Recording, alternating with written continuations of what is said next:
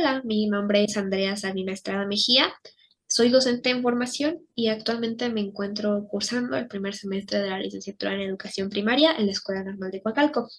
Y el día de hoy voy a platicarte un poco sobre los contenidos temáticos del curso de bases filosóficas, legales y organizativas del sistema educativo mexicano. Me voy a centrar únicamente en los temas que corresponden a la primera unidad de aprendizaje, que especialmente cinco. Que pues son los que vemos ahorita en pantalla, la educación como derecho y como obligación, la educación obligatoria, su sentido educativo y social, educar es universalizar, laicismo y la Ley General de Educación. Entonces, voy a comenzar con el primer tema, educación como derecho y como obligación. Cuando comienzas especialmente como docente en formación, empiezas a familiarizarte un poco con todo lo que conlleva la educación y de los temas que son alrededor y especialmente en el sistema educativo mexicano, comienzas a hacerte varias preguntas. Yo rescato cuatro, que son las siguientes. ¿Por qué la educación es al mismo tiempo un derecho y una obligación? La escuela, como etapa de escolarización obligatoria, debe ser integradora de todos y en caso contrario estaría traicionando este principio que nos remarca tanto nuestra Constitución en el artículo tercero.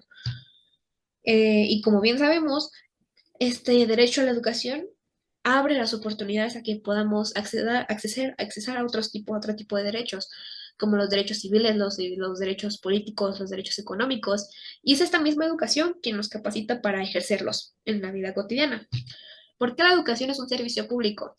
Me gustaría resumir esta respuesta en una simple oración, y es el hecho de que el que sea público permite que todos o gran mayoría de la población mexicana tenga acceso a ella. ¿Qué relación existe entre el laicismo en la educación y la tolerancia? La educación tiene como reto la diversidad respecto a desigualdades, valores, la multiculturalidad, el racismo, el sexismo, el nacionalismo, obviamente la diversidad de religiones, de lenguas. Y nosotros como docentes tenemos dos opciones, que es comprenderlas, ordenarlas y trabajar con ellas, o someterlas y homogenizarlas, crear un conjunto. Y como, bueno, este se nos resalta tanto, que la libertad del individuo va antes que el aprendizaje, es primordial esta libertad. Y obviamente nosotros tenemos que ser tolerantes con ella y aprender a trabajarla.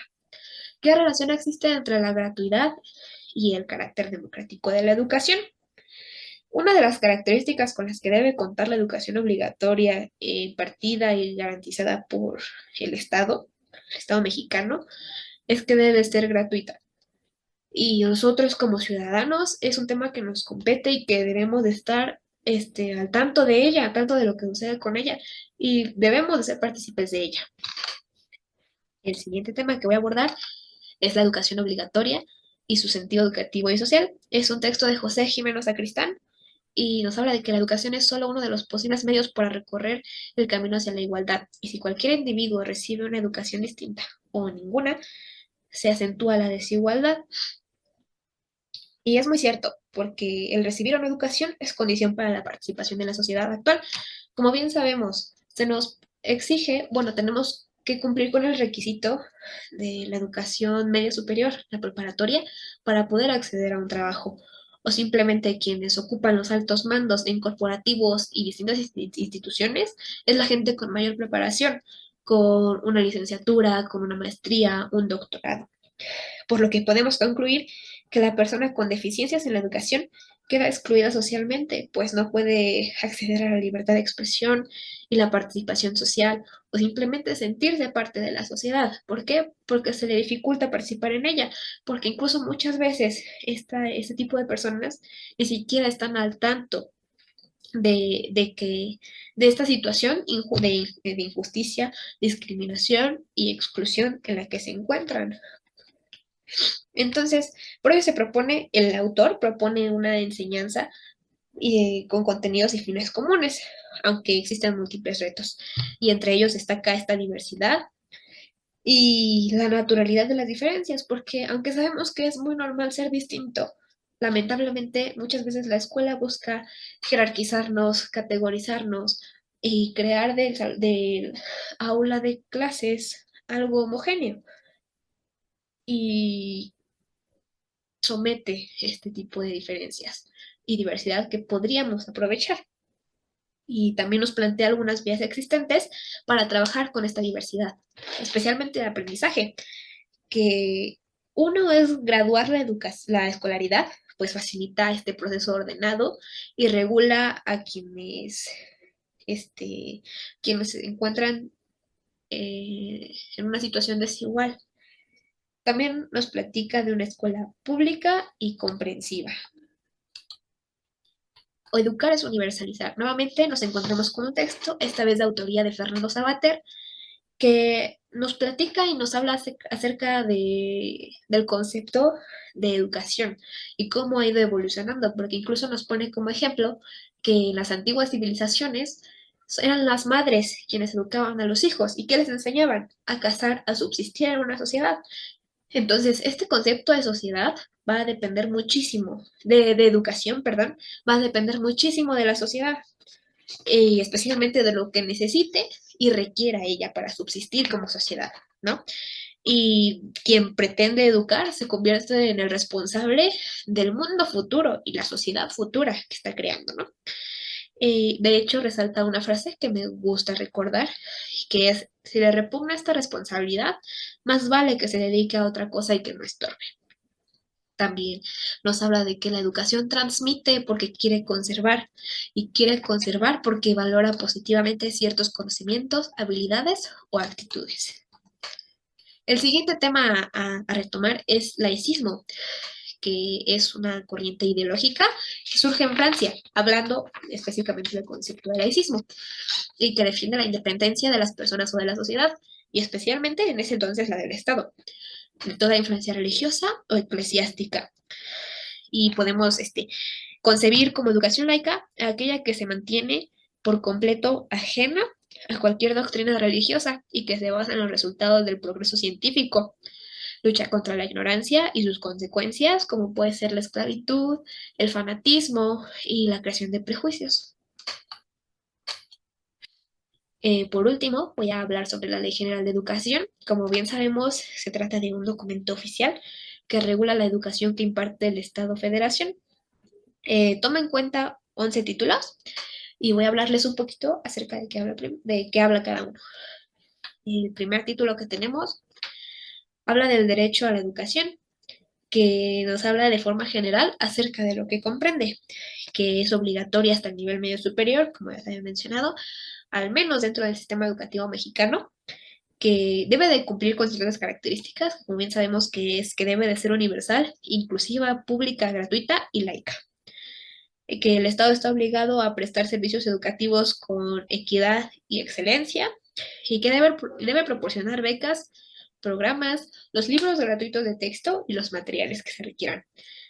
El título segundo, que de la trata de la nueva escuela mexicana, busca el máximo logro de aprendizaje de los estudiantes, impulsa el humanismo, el pensamiento crítico, las artes, la ciencia, los valores y los derechos humanos. Promueve el respeto a la dignidad humana, los derechos humanos, la paz, la participación y la pluralidad. Eh, También nos habla de que la educación debe ser democrática, nacional y humanista, y que la evaluación debe ser integral y que también se debe de informar de ella tanto a los educandos como a sus tutores, y que es la Secretaría de Educación Pública quien determinará los planes de estudio y que dentro de ellos debe de incluir la educación sexual, la enseñanza de la lengua extranjera, vida saludable y salud socioemocional. El título tercero habla del sistema educativo nacional y, bueno, algunas ideas que rescato de este título es que lo conforman alumnos, docentes, autoridades, materiales, escuelas, programas y consejos. La educación debe responder a la diversidad que ya habíamos planteado. La edad mínima para ingresar al preescolar es de 3 años y para acceder a la primaria, 6. También nos habla de la distribución de los niveles educativos La educación básica la conforman la educación inicial, educación preescolar, educación primaria y educación secundaria. La educación media superior está integrada por la preparatoria y la educación superior por el nivel de licenciatura, maestría, doctorado. También nos habla de que el Estado garantizará el ejercicio de los servicios educativos a zonas y comunidades vulnerables y aisladas normalmente. Debe tener un enfoque humanista, elimina las prácticas de discriminación e exclusión, que debe de otorgar apoyos y que dará atención a las discapacidades, especialmente facilitando la enseñanza de lengua de señas y braille. También la autoridad federal determina el calendario escolar con un rango de 185 a 200 días efectivos de clase. El título cuarto nos habla de la revalorización del magisterio, que nos plantea a los maestros y maestras como agentes fundamentales de cambio y transformación social, y por supuesto que la Ley General de Sistema para la carrera de los maestros y las maestras es que el encargado de la administración de su promoción. El título quinto nos habla de los planteles educativos que deben de ser de calidad, seguros, funcionables y equitativos, y que se debe dar prioridad respecto a mantenimiento, especialmente a las escuelas en localidades aisladas. El título 6, el título sexto, perdón, nos habla de la mejora continua, que toma el aprendizaje como eje central y tiene bases en el sistema de mejora continua de la educación. El título séptimo nos habla del federalismo educativo y nos habla especialmente de las tareas que tiene cada sistema. El sistema federal está encargado de los planes y programas, del calendario escolar, los libros de texto y las normas y lineamientos. El sistema estatal está encargado de prestar servicios de educación básica y normal, proponer contenidos regionales, la autorización de escuelas particulares y vigilar el cumplimiento de las normas. En conjunto, es decir, el educativo federal y estatal, están a cargo de los programas, la admisión y promoción docente y la creación de entornos saludables. Finalmente, el municipio está encargado de prestar servicio, mantenimiento y los convenios con autoridades educativas. El título octavo nos habla del financiamiento de la educación, que nos habla de que no puede ser menor al equivalente del 8% del PIB, el Producto Interno Bruto, y que debe de administrar los recursos de forma transparente y eficiente para la mejora, es decir, los mantenimientos de los planteles, el proporcionar los materiales, los libros de texto, y que debe de haber programas compensatorios a entidades con mayores rezagos. El título noveno, que nos habla de la corresponsabilidad social, especialmente de aquellos que no son alumnos, pero que tienen responsabilidad. Quien ejerce la patria potestad es quien debe de inscribir al, al estudiante a cualquier escuela que imparte educación y que es obligación de ellos hacer que sus hijos reciban esta educación y deben de colaborar estrechamente con la escuela. También nos habla de que se deben de crear consejos de participación social.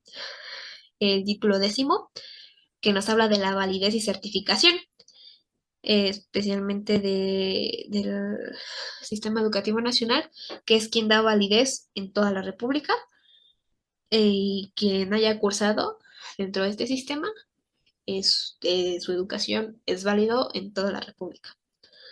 Y que la Secretaría de Educación es quien expide las constancias, los certificados, los diplomas y los títulos. Y finalmente, el título 11º, que nos habla de la educación impartida por particulares, que debe de existir una autorización oficial y que el cobro de las colegiaturas no es motivo de la retención de documentos personales o académicos, que deben de contar con un personal acreditado y un plantel en buenas condiciones, y que al menos el 5% de su alumnado debe contar con una beca, y que las autoridades deben de llevar a cabo estas acciones de vigilancia por lo menos una vez al año, y que no pueden suspender el servicio sin justificación. Y bueno, oficio que nos rige, al menos del sistema educativo. Muchas gracias.